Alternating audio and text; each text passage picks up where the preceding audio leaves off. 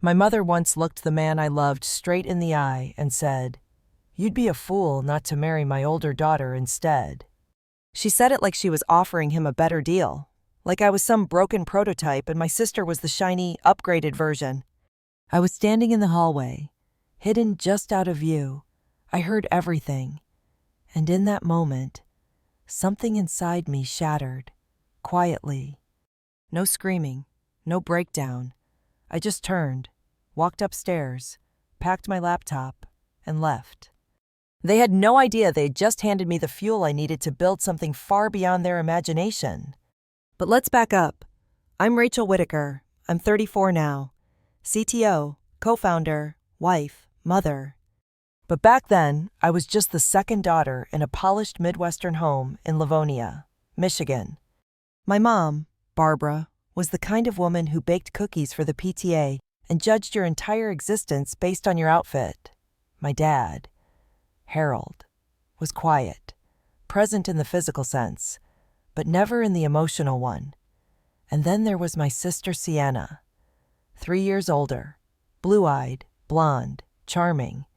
She had the kind of beauty people stopped to admire in grocery store aisles, the kind my mother built her entire identity around.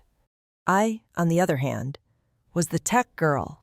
No makeup, no patience for small talk, and no use for shallow praise. While Sienna was getting crowned homecoming queen, I was building websites and writing Python in my bedroom. Mom never really hid how she felt about that. "You'll never find a husband behind that screen," she'd sigh. "Maybe focus less on algorithms and more on your hair." Sienna could fail a college class twice and still be the family superstar. I could win a national coding competition. And the only reaction I got was, "Well, I guess that's one way to get to college. Sienna got athletic scholarships, you know?" So I stopped looking for approval and started planning my escape. MIT was my escape. Cambridge became my oxygen. At school, I met people who actually cared about what I had to say. People like Maya, my best friend, who saw through my quiet and pulled me out of it. "Your family sounds like a lifetime drama," she told me after I explained why I dreaded going home for Thanksgiving. "You know that's not normal, right?" I knew, deep down. I always knew. But I still went home. I still tried. I hoped naively that if I showed up with someone amazing, someone they couldn't dismiss, maybe things would change. Enter Darren Hayes. We met at a tech conference my junior year. He was leading a session on scaling API infrastructure for small businesses, and I was blown away not just by his brain, but by how grounded he was. Afterward, I approached him with some ideas. Instead of brushing me off, he opened his notebook, leaned in, and listened. That was our beginning. We started grabbing coffee, then coding together, then dating. He was warm, curious, and never made me feel like I had to shrink myself.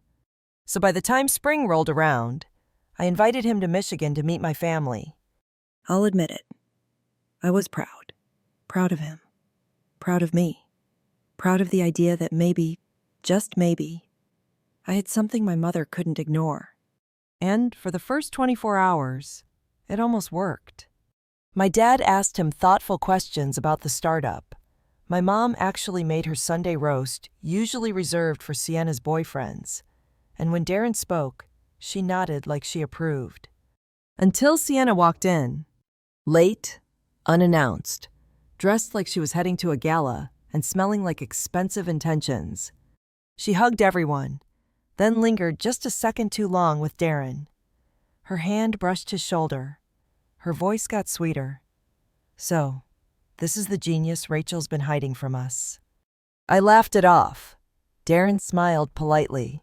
I told myself it was harmless. But it wasn't. That dinner was the beginning of something I didn't see coming. And by the time I did, I'd already lost him. Before we continue, tell me in the comments, have you ever watched someone smile while stabbing you in the back? Hit like if you've ever been underestimated. And subscribe if you believe building your own table is the best revenge. Because next, You're going to see what betrayal really looks like, and how I turned it into power. From the outside, our house looked like a magazine ad for the American dream. White colonial style with green shutters, a maple tree in the front yard, the kind of place that made neighbors nod with quiet envy. But inside, it was all performance, smiles for company, silence for everything else. My mother ran the house like a brand, every room spotless, every holiday coordinated, every emotion controlled. She wasn't cruel in the obvious way. She didn't yell or throw things. She didn't need to. Barbara Whittaker could make you feel 2 inches tall with just a sigh, a look, a well-placed compliment meant for someone else. She praised Sienna for everything even when there was nothing to praise. "Look how poised she is," she'd say as my sister posted bikini selfies with captions like, "Felt cute, might delete later." Meanwhile, I'd finish a machine learning project 3 months ahead of schedule, and all I got was, "Rachel, don't forget to smile once in a while. People will think you're cold." My father. He played the role of neutral observer. He sat in the same recliner every evening, flipping between golf and local news. He wasn't mean, just absent. The kind of dad who gave you a pat on the shoulder and called it affection. I learned early that I had 2 choices: chase approval that would never come, or outgrow the need for it. So I poured everything into coding. By 14, I was building rudimentary websites. At 16, I was automating grocery budgets for my friends' parents. At 17, I won a statewide competition that came with a scholarship. When I shared the news at dinner, my mother just said, "Well, I suppose that's one way to pay for school. Your sister got a cheer scholarship, of course." Sienna didn't even finish college, but no one cared because she photographed well. Might saved me. For the first time, I was surrounded by people who didn't find my intelligence threatening. Professors challenged me. Peers respected me. And Maya, my roommate turned best friend, called out every toxic pattern I tried to normalize. She'd say, "Rachel, your mom is gaslighting you," while eating peanut butter from the jar in our dorm. I'd shrug and pretend I didn't already know. It's funny how fast trauma becomes habit. Every time I went home, I hoped maybe things would be different. Maybe Mom would ask how my classes were going. Maybe Sienna would stop treating me like a substitute teacher she never liked. But the moment I walked through that door, I was back to being the quiet one, the cold one, the girl who could never quite compete with our Sienna. When I brought Darren home, part of me was testing the system. Here's this brilliant man. I thought, he sees me. He values me. Surely now, my mother will have to see me too. At first, it seemed to work. Darren answered every one of my dad's dry finance questions with charm. He complimented the roast. He even helped clear the table. And for once, my mother didn't compare him to Sienna's exes. She refilled his wine glass, laughed at his jokes. I was cautiously hopeful. Then came the knock. "Sienna? Perfect hair, perfect makeup. Oh, I was just nearby and thought I'd stop in." She lived 40 minutes away. I knew exactly what she was doing. I just didn't want to believe Darren would fall for it. She walked into that dining room like she owned the place, hugged Mom, kissed Dad on the cheek, and then turned to Darren with those wide eyes and said, "So, you're the guy my little sister's been keeping a secret." I forced a laugh. He gave a polite smile. But I saw the shift. Over the next hour, she hijacked the conversation, dropping in fake shared interests, like she was reading from a script. "Oh, you like hiking me too." She once hiked for a photo op and complained the whole time. "You're into indie films. I love Sundance." She fell asleep during a screening of Moonlight. Still, Darren nodded, smiled, responded. And every time he turned back to me, I held on to those glances like proof that nothing had changed. But something had. He told me later that weekend that my mom was really warm and your sister's got a lot of energy. I remember laughing, but I don't remember smiling. The next few weeks were a blur of midterms and thesis deadlines. I was deep in my capstone project, coding until 3 a.m. Meanwhile, Darren was out meeting investors and rescheduling our calls. I didn't want to be the paranoid girlfriend. He'd earned my trust, or so I thought. Then one night, I saw an Instagram story from a restaurant in Livonia. It showed a chocolate lava cake with a blurry background. But even blurry, I knew that profile. Darren. He told me he was in New York that weekend, 3 states in the opposite direction. I called him. He picked up, said it was a last-minute meeting with an investor who lived near my parents. Claimed my mom invited him over for coffee. Said it so casually, like it was nothing. But my gut said otherwise. Still, I pushed it down, told myself to focus on school, on graduation, on my future. I didn't realize my future was already being rewritten without me. I should have listened to my gut that night. Darren's explanation didn't feel right, no matter how casual he sounded. The timing, the location, the fact that he'd been in my hometown and didn't even mention it until I asked. And suddenly, there were more missed calls, more late-night meetings, more silence where there used to be connection. I told myself he was just stressed. His startup was hitting a critical phase. I was knee-deep in my capstone project. We were both busy. That's all it was. But then spring break rolled around. I told my mom I wasn't coming home. I needed the time to finish coding. That was only half true. The real reason I couldn't stomach another weekend watching my sister toss her hair and flirt with my boyfriend like it was a hobby. And yet, halfway through the week, something snapped. It was a Tuesday. Rainy. Gray. Darren had barely texted all day. I was alone in my apartment, staring at my terminal screen, and all I could think about was the cake photo on Instagram. His voice when he lied. My mom's too sweet tone when she talked about him last time. I grabbed my keys and got in my car. 6 hours later, I pulled into my parents' driveway. It was nearly midnight. My dad's truck was there, my mom's car, and parked right behind them, Darren's blue Subaru. Same dent on the passenger side from the hiking trip we took up north. I hadn't imagined it. I stared at it through the windshield, heart pounding so hard it felt like it might crack a rib. I didn't have a plan. I just needed the truth, any version of it that didn't come wrapped in silence and half answers. I walked up to the front door and let myself in with my old key. The house was mostly dark, except the living room. Lights spilled softly across the hardwood floors. I heard voices. 3 of them. I moved toward the hallway, barely breathing. And there they were. Darren, my sister Sienna, my mother. Sitting in a cozy triangle like this was just another casual family chat. My mother in her favorite chair, leaning forward, animated. Sienna on the couch, far too close to Darren. His body was angled toward her, like they belonged to the same story. I'm just saying, my mother was saying, Rachel's always been absorbed in her computer world. You need someone who understands people, who can navigate social dynamics. Sienna has that.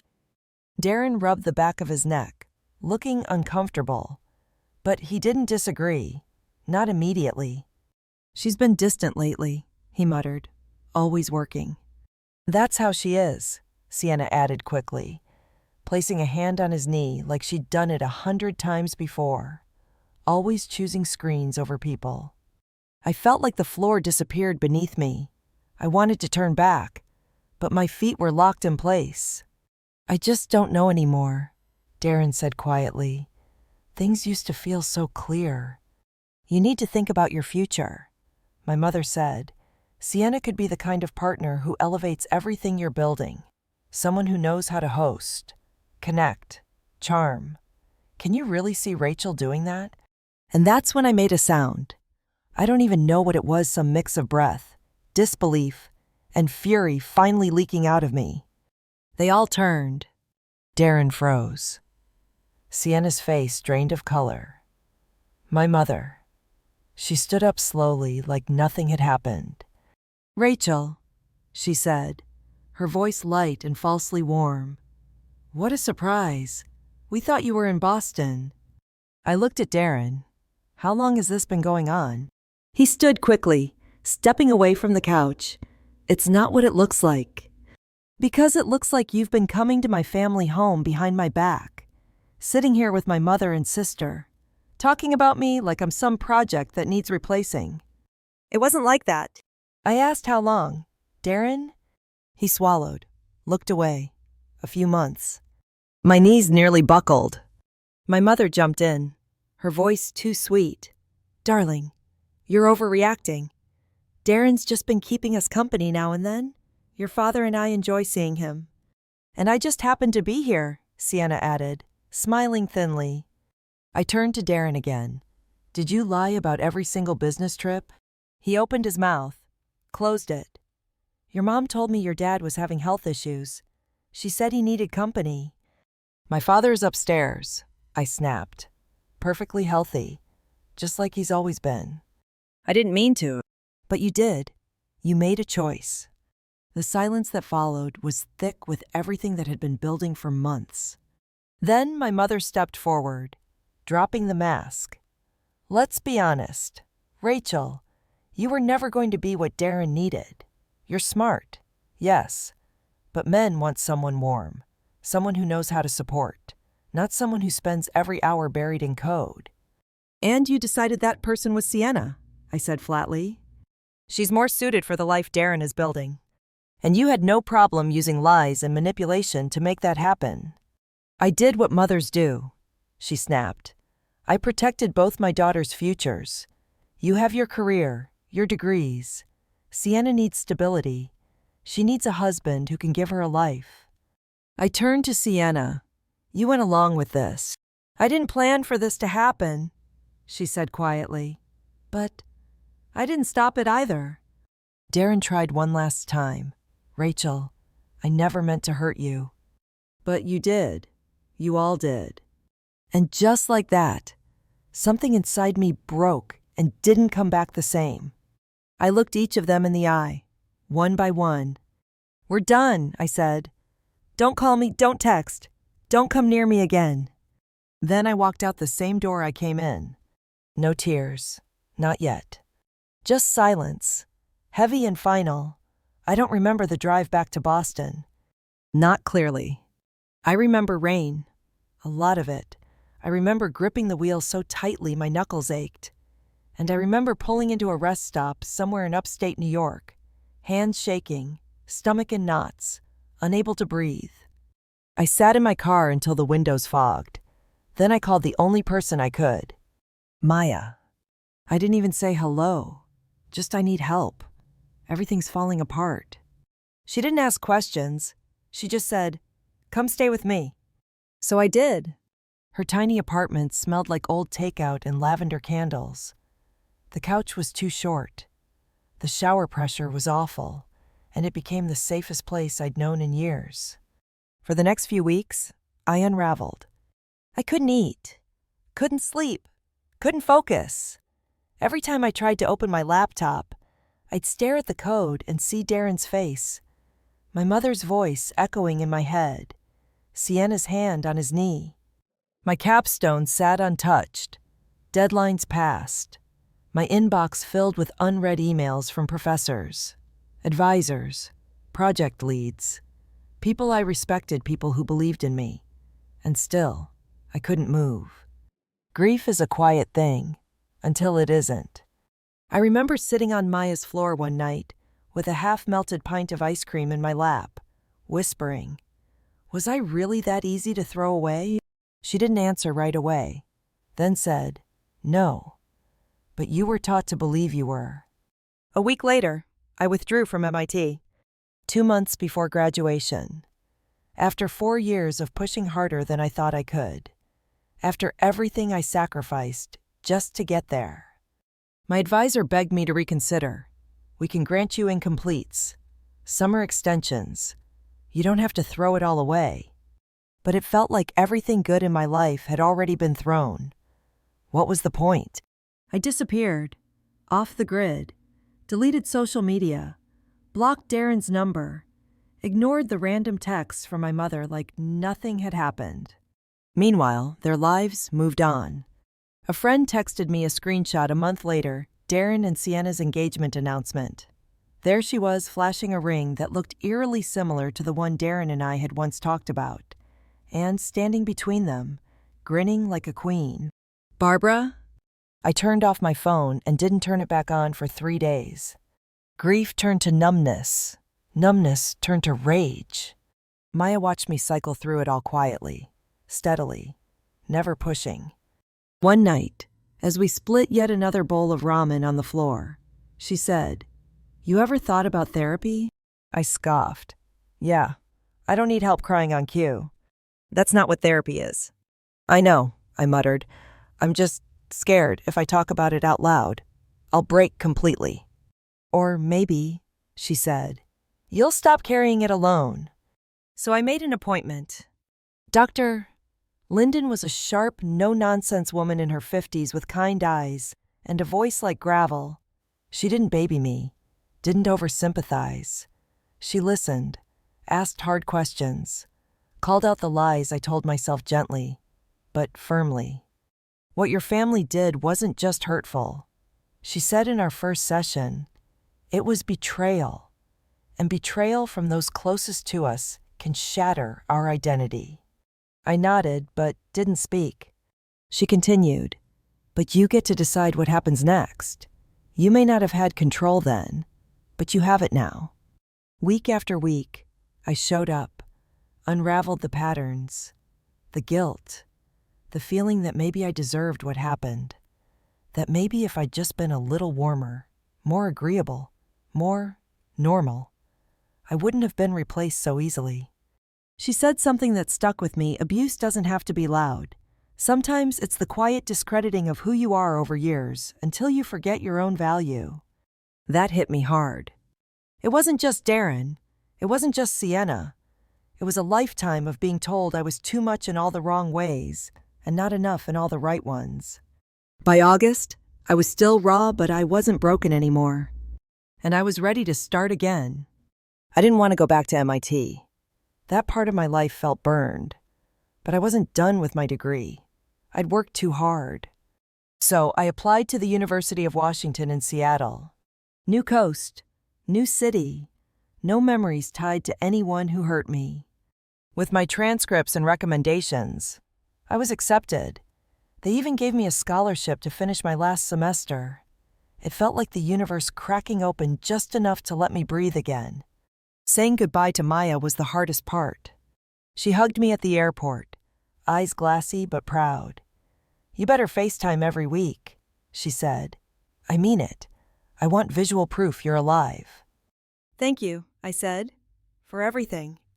"Go build something amazing," she whispered, "and make them regret ever doubting you." Seattle was nothing like Michigan, or Boston, or anything I'd known. The air smelled like cedar and sea salt. The sky changed every 10 minutes.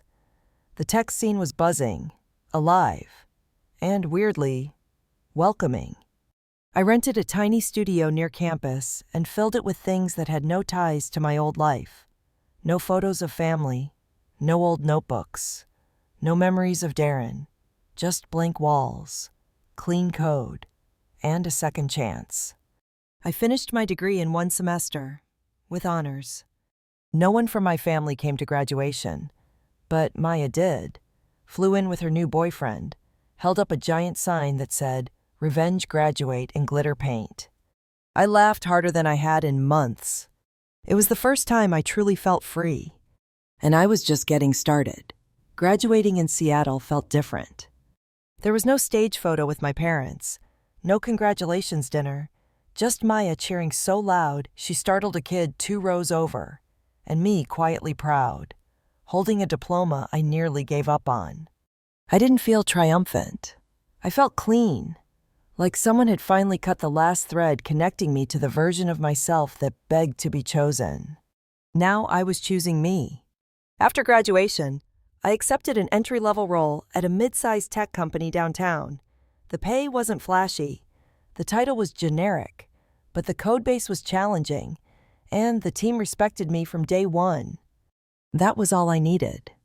My first project was a back-end integration for a hospital client. Nothing glamorous, but I treated every line of code like it mattered, because it did to me. I was rebuilding my name, on my terms. A few months in, the company launched a new initiative, a healthcare data security platform aimed at solving a problem no one else had cracked: how to make patient data accessible across providers without sacrificing privacy. The project was called Nexus, and I wanted in. So I stayed late, took on overflow work, said yes when no one else would touch the legacy code. Not to prove anything to anyone else, but to remind myself I still had it. That's when I met Raj Patel. He was the technical lead on Nexus, mid-40s, razor sharp.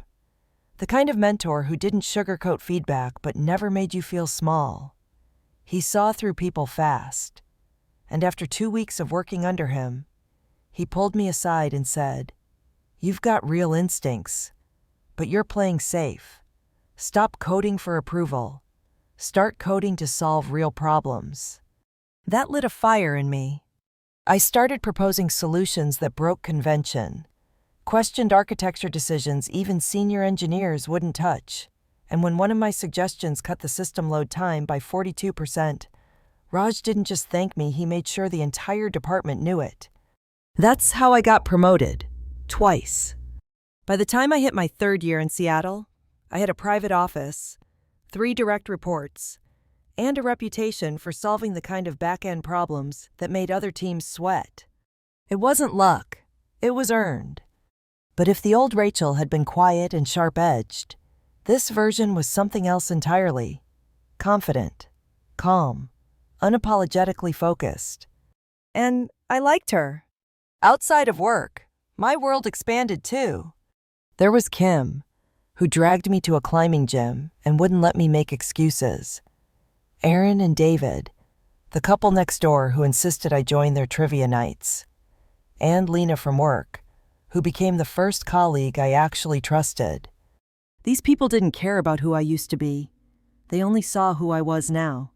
Still, one area remained off limits, love. I dated, kind of coffee here, drinks there, but every time things got real, I pulled away. The idea of vulnerability still felt radioactive. I'd let my guard down once, and it cost me everything. Then came the Nexus expansion. The company decided to scale the platform nationally, and for that, they brought in a systems architect from the Toronto office. His name was Michael Jang. From the second he walked into the conference room, there was something about him: quiet presence, worn leather notebook, the kind of intelligence that didn't need to announce itself. During the first strategy meeting, he dismantled 3 weeks of flawed architecture with 6 sentences and a diagram. No ego, no showmanship, just clarity. I was impressed. We were paired to co-lead the data flow framework, and what started as structured work sessions turned into side conversations, whiteboard sketches, disagreements that ended in laughter, then dinners. Always work-related, always professional. Until one night, as we finished debugging a permissions issue, he leaned back and said, "There's a Vietnamese place around the corner. Want to grab a bite, strictly for morale purposes." I hesitated. He noticed, and without missing a beat, added, "No pressure, just hungry. Thought I'd ask." I said yes. Dinner became a thing, then hikes, then long talks about nothing in particular. He told me about his family immigrants from Vancouver. His mom was a community college professor. His dad ran a tiny accounting firm. His younger sister was in med school. There was a warmth to the way he spoke, like he wasn't trying to impress anyone, just share. I told him about Michigan, MIT, my work, but not everything, not yet. Still, I felt myself softening, trusting, even when it scared me. 3 months in, after we finished a brutal deployment ahead of schedule, Michael suggested we celebrate with a weekend hike near Mount Rainier. We stood at the summit, Wind in our faces, the city a blur in the distance, and for the first time, I let myself imagine what it might feel like to fall for someone again and not lose myself in the process. On the way down, he looked over and said, "There's a film festival next weekend. I was going to go alone, but it might be more fun with someone who yells at plot holes." I laughed. "You saying I yell?" "I'm saying you have opinions. Loud ones." I paused, then nodded. "All right. A date. Then." He grinned. A date. It was slow, intentional. Every step we took, he matched my pace, gave me space when I needed it, never pushed for what I wasn't ready to give. And after almost a year of building trust, I finally told him the full story.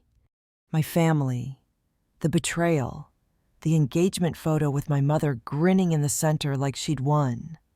He didn't flinch. He just took my hand and said, "I can't undo what they did, but I can promise I'll never make you doubt yourself again." And somehow, I believed him. Michael wasn't a rebound. He was a partner, in every sense. So when we started talking about launching our own healthcare data security company, it felt like the most natural next step. We named it Jang Secure. At first, it was just the two of us coding in his apartment, pulling long nights, chasing clients who didn't call back. But slowly, it grew. Our tech worked. Our clients stayed. Investors started calling us instead of the other way around. By the time we hit our third year, we had 20 employees, a wait list of clients, and a valuation just north of $300 million. And I still hadn't heard a word from my mother. But that was about to change. 3 years had passed since I'd spoken to anyone in my family. By then, Jang Secure was everywhere: hospital networks, investor shortlists, even Forbes. My life was stable, happy. Michael and I had bought a home outside Seattle. My circle was small but real. And then, one spring evening, it happened. My phone lit up with a text from an unknown number. "Rachel, it's Mom. We're coming to Seattle. Sienna wants to see you." For a second, I almost laughed. I hadn't heard from them in years. And now they wanted to reconnect. The old pain bubbled up. But this time, it didn't control me. I read the message, let it sit, and then replied simply, "Let me know when you're in town." They arrived that weekend. My mother came first, older, but still perfectly put together. Sienna followed, looking every bit the golden child, but her eyes flickered with nerves. Darren trailed behind, uncertain, almost sheepish. I opened the door and let them into a home they'd never seen. We sat in the living room, the air thick with unspoken history. My mother tried to set the tone, her voice syrupy. "Rachel, your home is lovely. We're so proud of everything you've accomplished." I just nodded, waiting. Sienna spoke next, voice softer than I remembered. "I'm sorry, Rachel, for everything. I should have stopped it. I wish I had." Darren's apology came out in a rush. "I never should have listened to anyone but you. I regret it every day." I listened, but didn't flinch. For so long, I'd rehearsed this moment in my head, yelling, demanding answers. But now, with all of them sitting in front of me, I didn't feel anger. I felt done. My mother looked at me, her mask slipping for just a moment. I realized now I was wrong. I was trying to protect Sienna, but I hurt you instead. I'm sorry." The silence after her words felt different from all the silences we'd shared before. I let it hang, refusing to rush in and comfort her. Finally, I spoke. "I built this life without you. I learned how to be whole. I'm not the girl who needed your approval, or the sister who stood in Sienna's shadow. I forgive you, but I don't need you to validate who I am." Sienna's eyes filled with tears. Darren looked down at his hands. My mother swallowed, nodded, and for the first time in my life, seemed small. We spent the next hour catching up, skimming over the past, sticking to the safe topics: work, the weather, old neighbors, It was awkward, but honest. They left as the sun was setting, promising to stay in touch. I knew it would never be the same, but I also knew I'd never go back to who I was. That night, I sat with Michael on our porch, watching the city lights flicker in the distance. I told him everything, how it felt to finally speak my truth, how the power dynamics had shifted. He just listened, holding my hand. "I'm proud of you," he said quietly. And for the first time, I felt it for myself. I was free. The day after my family left Seattle, I woke up before sunrise, feeling lighter than I had in years. There was no message from my mother, no call from Sienna, no apology waiting from Darren. For once, I didn't need any of it. I'd said what needed to be said. I'd closed that chapter on my own terms. It's funny when you spend your whole life waiting for someone else's approval, you don't realize how much power you give away. I used to believe I needed my family's validation to be worthy, to feel loved, to believe I was enough.